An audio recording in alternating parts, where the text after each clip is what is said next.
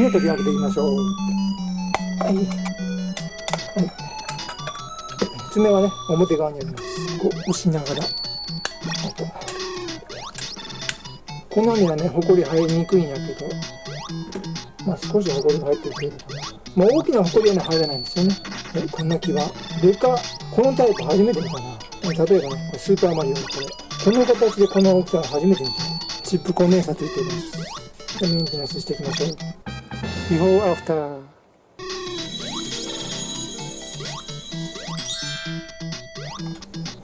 新しいシーズン張り替えしてなかったんですね。